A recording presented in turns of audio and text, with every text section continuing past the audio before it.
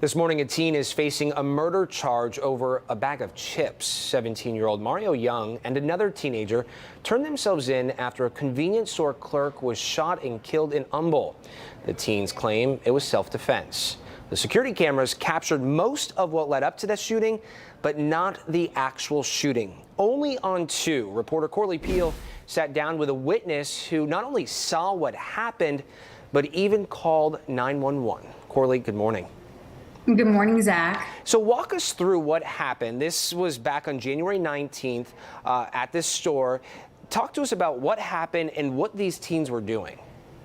Yeah, so like you mentioned, the surveillance video shows a lot about what happened inside the store. So you can see those two teens, they walk inside, and right behind them, that's the clerk. He makes his way behind them, and when they get inside the store, you see them head towards some of the aisles, and they're just walking around for a little bit, and you can see the clerk behind them with a mop bucket.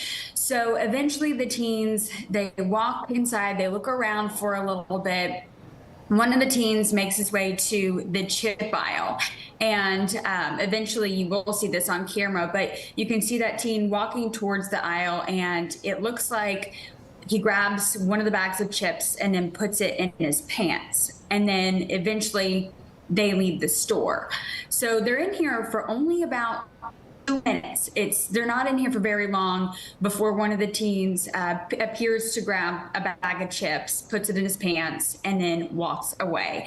So this surveillance video is a key piece of evidence because it helped identify who the two people in the store are. Eventually, the clerk notices what the teens do, and the surveillance video will show that clerk confronting the teens as they're walking out of the store. They appear to get into some sort of confrontation as he's confronting them, and then one thing leads to another after that, and the rest of the shooting happens off-site. Not far from there, just kind of down the road a little bit, because the clerk gets in his car, follows the teens, and as the teens are, he tries to approach them as they're walking, and one of the teens opens fire and shoots, and eventually the clerk died from his wounds. I know the surveillance video we just saw, Corley, you could see the clerk at the top of the screen with what appears to be a mop bucket. Also in the upper left-hand corner of the screen, we saw another person. Is that the witness you spoke to? No. The witness I spoke to was outside in the parking lot. He had been working in that area, and he was just taking a break. So he was sitting in his truck, minding his own business, and he happened to see what happened outside the store when he saw the clerk confronting the teens. He says he didn't think anything of it, really. He noticed that maybe the clerk was accusing the teens of stealing something, but he said that interaction really didn't look that serious. And so he just kind of minded his own business, but he did see the clerk eventually get in his car and follow the teens. And follow the teens to the location where that shooting eventually took place. Right. Yeah, I think we have sound from that witness that I want to get to. Yes, and right before all this unfolds, the clerk, I spoke with him. Again, he said he watched the clerk drive and follow the teens, didn't think anything of it, but he then eventually heard some gunshots, and this is what he described what happened. Next thing you know, I heard 2 gunshots, and I looked back, and I could see the shooter firing more shots at the car.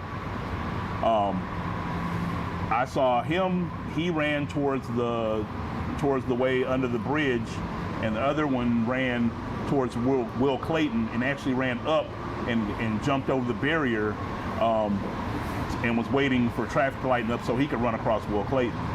By then I was up to Will Clayton, and I looked back at the car.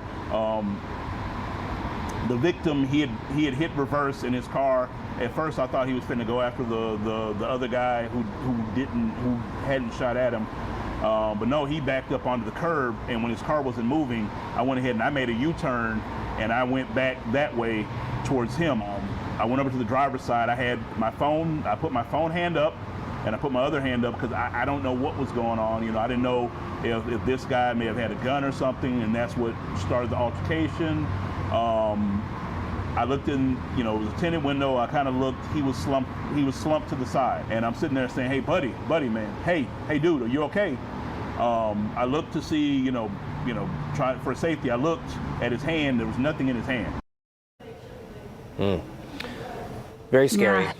Yeah, he remembered every moment of that interaction. And I asked him, I said, why did you go over there? And he said, the car wasn't moving. He goes, I knew something was wrong. I didn't think the clerk was okay. And so he immediately wanted to check to see if he could help in any way. So he called 911. He was on the phone with dispatch. And as you heard in that soundbite, he looks around and, checks the area to see maybe if he was armed. A big thing about this is that only one of the teens is charged with murder, but both of them did turn themselves into police.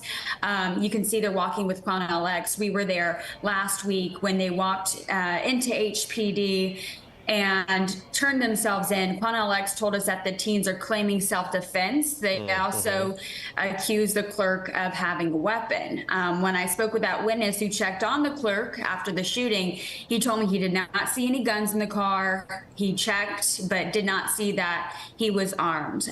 We have reached out to Humble Police asking if they can confirm if a weapon was found in the clerk's car, but they have not responded to that question because this is still an active and ongoing investigation. And so we're waiting for confirmation, if we will get any at all, from investigators on whether there was in fact a weapon in that car. That's right. Okay, well, of course, I know you'll stay on top of this case, bringing us the very latest right here on KPRC 2 and KPRC 2 Plus now. So much appreciate your time this morning, Corley. Thank you so much, Zach. Thank you.